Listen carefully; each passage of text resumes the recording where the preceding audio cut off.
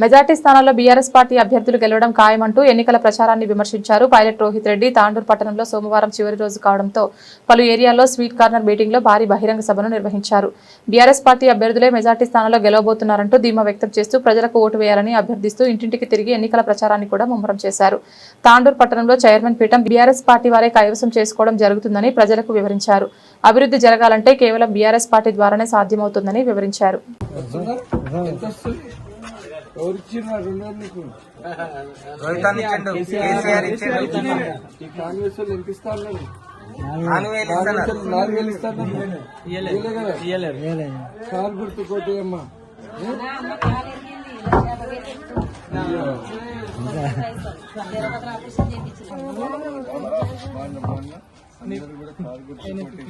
Pension గురించి 6,000 వస్తుంది.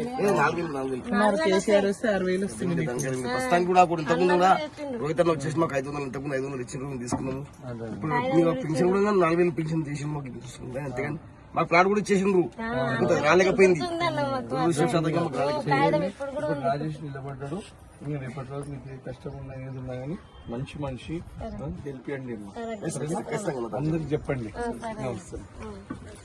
కావాలంటే కేసీఆర్ సీఎం కావాలన్నా మన ఎమ్మెల్యే కావాలన్నా మన కౌన్సిలర్ గెలవాలి. అవును, మళ్ళా తీసుకొస్తాం. మీరు అందరి అమ్మా నమస్తే అమ్మా, బాగున్నారమ్మా అంతా? రాజేష్ మంచి మనిషి, మంచి పిల్లడు, జల్దీ అంటే మీరు కారు గుర్తు కొట్టేసి గెలిపారు. మీరు గెలిచి కదా కాంగ్రెస్ పార్టీ విషయం మొత్తం సర్వనాశనం అయిపోయింది. అవునా కదా? మనం టీఆర్ఎస్ ఉన్నప్పుడు అంత మంచిగా ఉంది.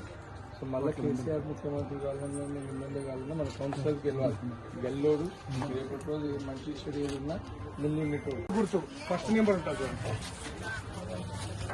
మంచి మనిషి కష్టపడాలి. మళ్ళీ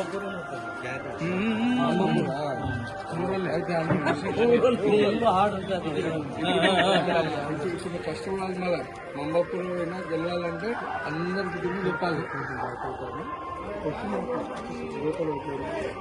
నువ్వేం భయపడాల్సిన అవసరం లేదు.